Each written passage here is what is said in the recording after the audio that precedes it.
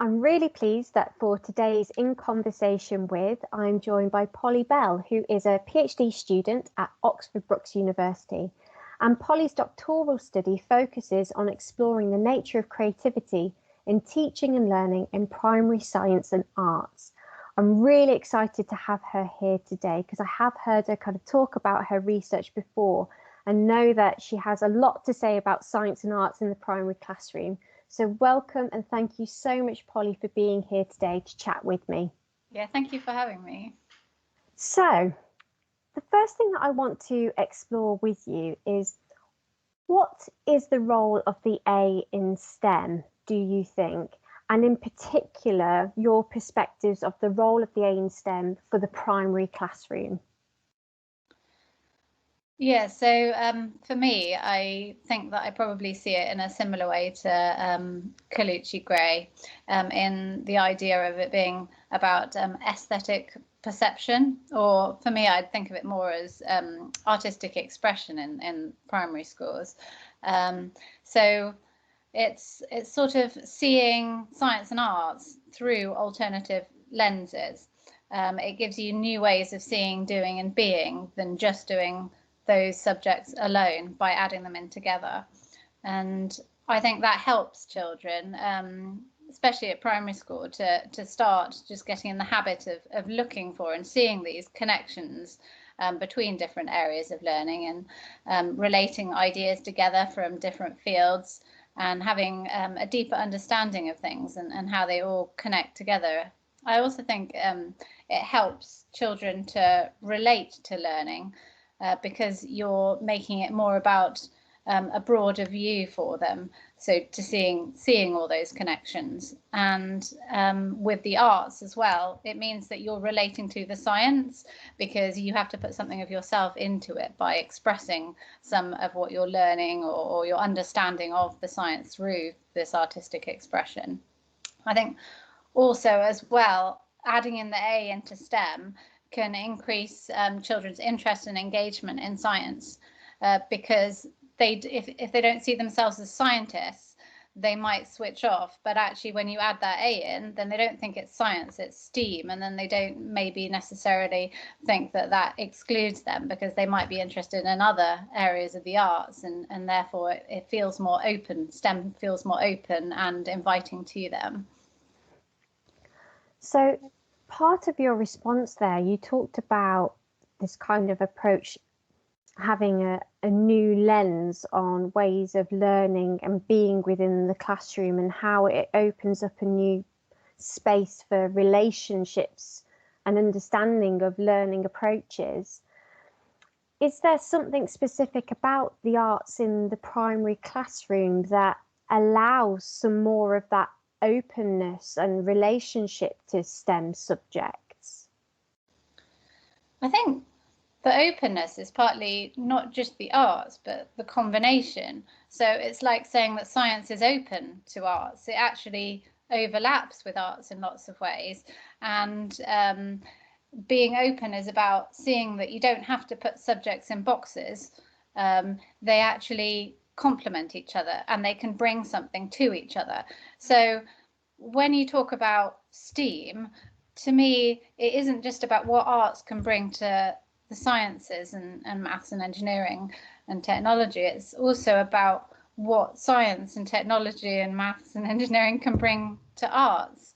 They're different ways often that those subjects are rooted in different ways of knowing. Sort of the main thing people say, or their main criticism, is about the different epistemologies on which they're based. So different ways of knowing and understanding the world. But actually it's sort of saying, well, does it have to be so black and white? Because this is actually all about our experience and our understanding and knowledge of the world. And actually it doesn't all come from one way of thinking or one way of knowing or one way of doing. It actually all comes together to form our perceptions and our understanding of everything. So yeah, I've forgotten exactly what the question was, but I think that it adds a lot in that way, that you start off at a primary school not thinking, well, the world's divided into this, that, and whatever, and that you have to be a scientist or you have to be an artist and you have to decide one route and stay on it. But it's keeping them open to the overlaps between those subjects, the skills that you can use in both areas, and the ways of thinking that are also useful in both areas, and also just trying out alternative ways of seeing and doing than what you traditionally associate with those subjects, just to increase sort of your versatility and look for alternatives themselves when they are working in science or arts or whatever they end up going into. So it's cultivating those habits of thinking, and maybe just being more open to other ideas rather than just this is the way we do things in science, this is the way we do things in arts. What you're talking about there seems a far more kind of inclusive approach to education, really. It's about valuing those different ways of knowing and being. And obviously we're talking about young people here, children, particularly in the primary classroom, and the teacher plays a huge role in enabling that, don't they, within the primary classroom. In your experience,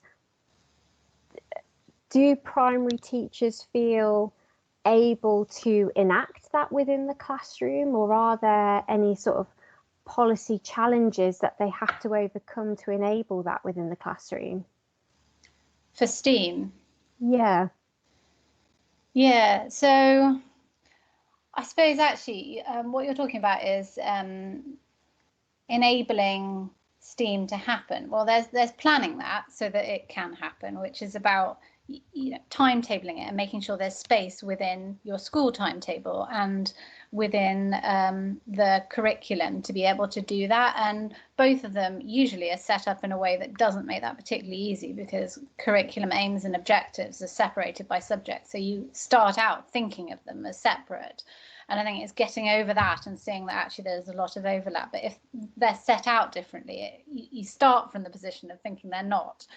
And then there's the school timetable, which pushes out a lot of foundation subjects and somewhat science as well, because they are prioritising quite difficult to achieve numeracy and literacy targets now in primary schools. So you don't have as much time to fit that stuff in.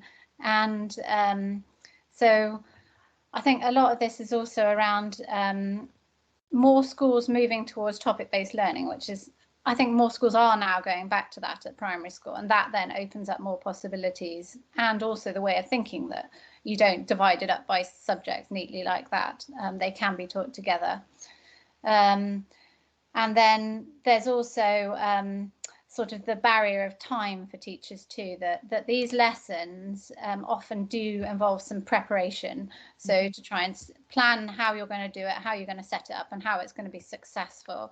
And when you have all these pressures to achieve your key objectives in numeracy and literacy, often you don't have a lot of time to think that out, which is, I think, maybe made more difficult by the fact that teacher training and just the ways you're traditionally taught to teach, also divided up by subjects. So you're trained for doing science lessons, you're trained for this is doing arts lessons. And so you don't always have a lot of examples of successful STEAM lessons that you've seen, or that you can go off to then plan your own. So I think it'd be helpful for teachers if they had more of a repertoire of examples of successful STEAM projects or lessons that they could draw upon to then plan their own lessons. But also the way you're talking about teachers enabling STEAM, well, I think a lot of STEAM projects are actually very practical and child-led, and they involve a lot of group work and children coming up with their own ideas and developing them together and discussing them together. So actually, I think maybe it's the preparation and making the spaces for STEAM that is the biggest barrier, rather than necessarily teachers having to do that much once it is set up, because actually then the children often just run with it. And when you have sort of a STEAM afternoon in a primary school with a project like for example, one they often do is the paper airplane project. So they work together and design a paper airplane to fly as far as possible. And they get really, really into it and trying out all these different ideas, talking together. And once you've made the space for it and set things up for it, actually often then you don't need to do a lot. They will then come up with everything, and you just need to be that facilitator, just ensuring that everything is, well, that they haven't come across some problem that they can't overcome, and that everyone's being involved. And actually, I think it can seem like there are a lot of barriers, but once you get teachers starting to think in a way that they understand that they can tackle objectives across subjects together, so just not assuming they can't be done, and have a few examples, I think then actually I think a lot of teachers then embrace STEAM, but it's getting over those traditional ways of thinking of having the separate subjects. Yeah, offering young people those spaces, and you're totally right. It is about offering up those opportunities, and if young people are given the time and space, they do often generate very creative things from those experiences. So what, in your opinion, are the kind of creative processes that are involved in science and art lessons within the primary school? So I think probably I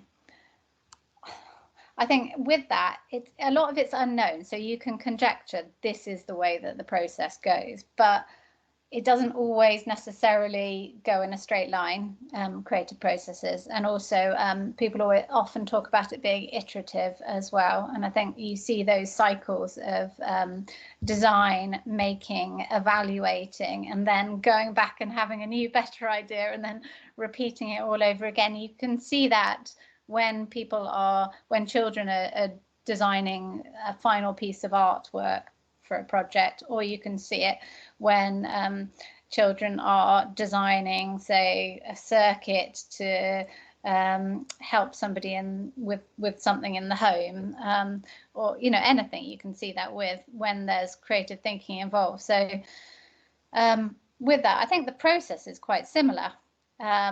And it's also, with arts and science, you can see that children need those skills and that knowledge, and then they're applying that to solve these problems. And that's the core of it, really, is working out how to pull all your thinking together, your knowledge and skills, coming up with loads of ideas, trying them out, then being able to work out what's working well, what's not, more ideas, and then developing that further to come up with the best solution that you can either make or communicate to.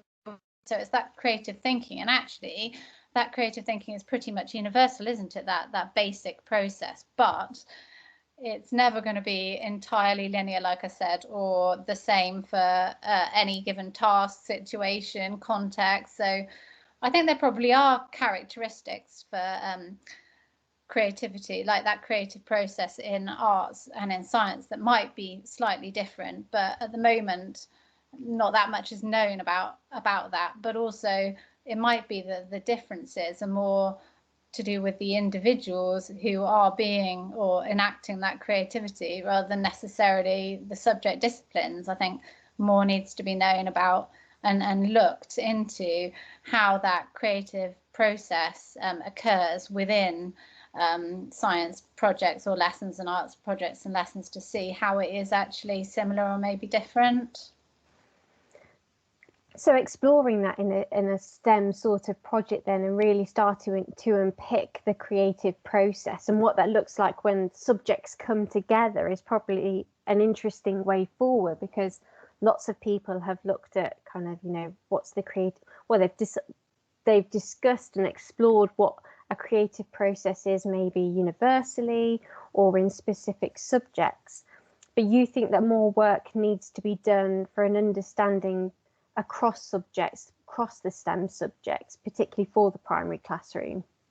I think that'd be useful especially for STEAM, because you could draw on those commonalities, couldn't you, to teach them across subjects in those STEAM projects. the more you can tap into things that are or aspects of creativity that are universal, then the more it will enrich both subjects, if you see what I mean. So yeah, definitely. And mentioning in there, because we're talking about that, I work with Sarah Frodsham and Deb McGregor, and they've put up a website for sort of examples of creativity in science lessons, and that's funded by the Primary Science Teaching Trust, as is my PhD, and they've got some really, really good examples there that teachers can look at for how that has been enacted in these award-winning science primary teachers' lessons. But yes, like you say, I think it's useful to look at the arts as well and see how maybe those things that they've recognised in science might relate to arts and therefore could be taught alongside each other to sort of benefit both children's science and arts and be able to be applied by them later on in their science and their arts as well. Because one of the things that I wanted to talk to you about was if there are any barriers to STEM education in the primary curriculum. And I'm just wondering if maybe where we're going here is that there needs to be a richer understanding of creativities within the curriculum. Do you think that's something that perhaps, I mean, we've had a lot of literature around, like the Durham Commission, the NACI report back in 1999. So there's always been a lot of discourse and research around creativities. But do you still think that there needs to be a richer understanding of creativities across subjects for teachers within the primary classroom? Yeah, I do think that there does, yes. So I think anything that is very well known that creativity is something that businesses look for. So, when you look at the person specifications, they often say, creative individuals or can think creatively. So it's something that is clearly in demand. And so anything that raises the profile of creativity in education, I think is great. So what you're suggesting to me would be beneficial anyway, because it's just putting it out there and reinforcing the idea that we should be trying to equip children for the skills that they will need in future careers. So I think that is really useful. But I think part of it is that teachers, they need to be able to not only understand what they can do to help nurture and support children's creativity in the classroom, but they also need to be able to recognise what creativity looks like in children in their classroom as well. And they're often thought of in very similar terms, but I think that both are important, and that sometimes it gets overlooked that you need to also be able to support and nurture children's creativity. You need to be able to recognise it too. So I think that's something that is worth setting out in any curriculum guidance or teacher training too, that these are all these, I think there's lots of aspects of learner creativity and lots of different ways that you can recognise it, and it's sort of clarifying those for teachers, so that instead of you just having this ephemeral word creativity thrown out there, teachers can actually understand what it means in different contexts, such as in a STEAM context or in a science context or an art context. So I think greater clarity is needed. Absolutely. And I mean, to kind of add to the conversation, that it's not just teachers, it's senior leadership teams as well, because often senior leadership teams or the ethos of the school can drive particular policies, local policies within that school. So it's a whole kind of school approach really as well that's kind of tied into that. But what do you think is the value of interdisciplinary working between children and teachers in a kind of STEAM framework? I think there's a lot of advantages for them. And I mean, a lot of it is, you could argue that it doesn't have to be taught within STEAM, but I think just STEAM lends itself to certain things. So by teaching things in a STEAM way, or going about things thinking, how can I teach things in a cross-curricular kind of way, it makes certain things more likely. So things that I thought about were the fact that, it's like open-mindedness and open thinking, so open to ideas. And often these things are projects, so they're practical projects. And doing arts is, it's the subject, isn't it? Arts is usually done, it's usually performed, or you produce something in some way. So it's practical, it gets children involved, and some of science is, but it just encourages more of that. And I think it's fun because teachers are trying to incorporate things that wouldn't necessarily be in there. So it makes it a bit unpredictable for children, a bit more interesting, a bit more variety in their lessons. And I think there's often a lot of group work involved as well. And I think for me that's something, because I did do a questionnaire for teachers, and I was looking at the ways that teachers perceived creativity in science and in arts lessons that they'd had. And something that was coming up was actually that in science there is a lot of creative thinking that occurs through group work, and I think science does lend itself a lot to working in groups, partly because you have to share resources to do things, but it's just that working together, whereas in arts you're often just doing something on your own, especially if it's something like visual art, then you're painting the picture. So it's getting everyone involved in a project like that, and the discussion element. So working with others and discussing ideas, discussing what you might do, discussing what's working well, and then evaluating together whether that's achieved what you intended. So that's another aspect of creativity, which is the relevance to purpose. And then from that you can then get more ideas and try those out. And that's another thing. When you're doing STEAM, you're often actively trying things out. So you're marrying arts into your science and trying to make something or solve a problem. That's something that people often take on, the problem solving aspect in primary school. So a STEAM lesson would often involve giving children a fictional problem that they have to solve together in their groups, or produce something that will solve this problem together in their groups. And I think those skills, those higher order thinking skills, are really, really useful, and that's a good way of developing those. Yeah, I like some of the words that you've been using throughout this discussion so far, in terms of the messiness, the problem solving. It's about taking risks.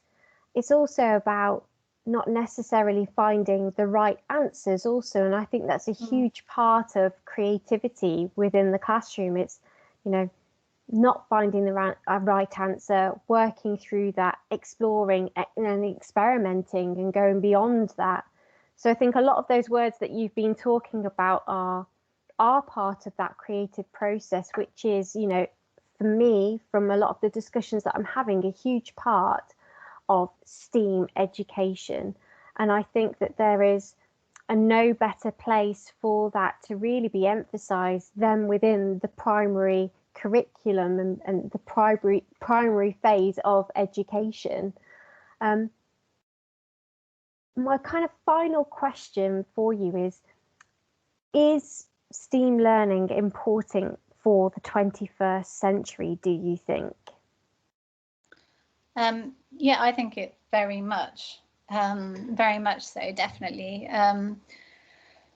Children today, they talk often, don't they, how young people maybe who have come out of primary school and now in secondary school, they have this sort of doom and gloom, sense of hopelessness. Well, STEAM in a way it's about finding solutions. So you don't just see the problem, you're looking for solutions, and you're also looking for problems that you can solve too, as you're working in STEAM. And that's really, really important to not only make, it's sort of that sense that you can find a solution, that you don't just have to accept things the way they are, that you can look at them in other ways, that you're sort of equipped with these skills and ways of thinking that will help you to deal with any problems or challenges that you do encounter in the future, and especially in the 21st century when we are facing such huge challenges in terms of the uncertainties of the future with climate change and political change, and everything's changing very quickly.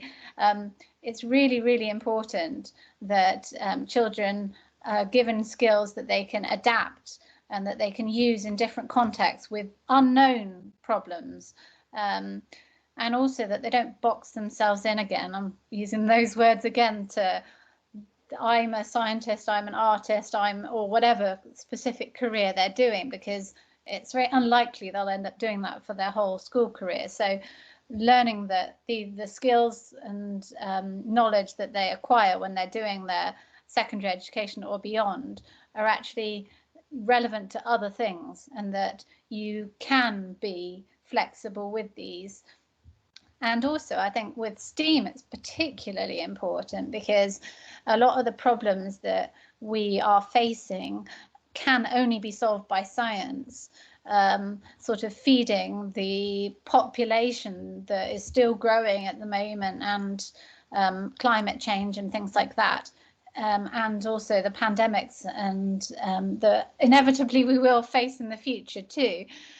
They can only be solved by science. So it's trying to show scientists that those ways of thinking, the problem solving, innovation, creative thinking skills are relevant to science. And in fact, they're really, really, really useful to science. And we need children to be developing those skills, whether they are artists or scientists, but particularly the scientists of the future, so that they can overcome those problems, overcome those challenges, and find solutions to these things that we don't have answers for at the moment.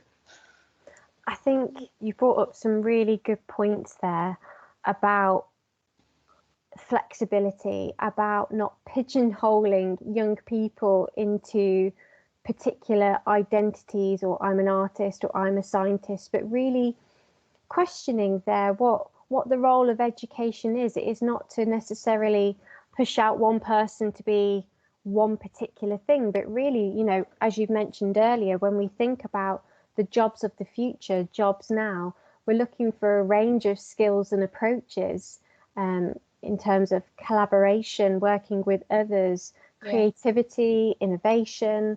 We need all of those skills, and that's important for the 21st century. And that's important for this project and talking with lots of people and thinking about STEAM House, because with STEAM House, the idea is that different people from different backgrounds will come together into this learning, educational workspace environment. And if they are the spaces of the future, then we need to reflect that back into the education and the curriculum that we're delivering for our young people. So you've made that really clear throughout this discussion. I'm really glad that you have made me really think about the flexibility that's needed, and to look at young people as individuals who should be offered a range of opportunities within the curriculums that we deliver. Well, I think it's our responsibility, isn't it, as educators, because we don't know exactly what they will be facing, to not just develop their knowledge of science or of arts, but also these creative thinking skills that would be useful, you would expect, to anything at all that they might encounter. Absolutely. And, you know, with the year and a half that we've had recently, with all the changes that we've all gone through, I think it's a really important time to be thinking about these things and thinking about, you know, what has helped us kind of move forward post-pandemic as we have done in this country at this point in time. So I think that now is a good time to be thinking about what we want the curriculum to be and how it should look. Well, that is a really good way to kind of end this discussion, I think. You've given me a lot to think about, Polly. Thank you so much for giving up your time today to speak to us.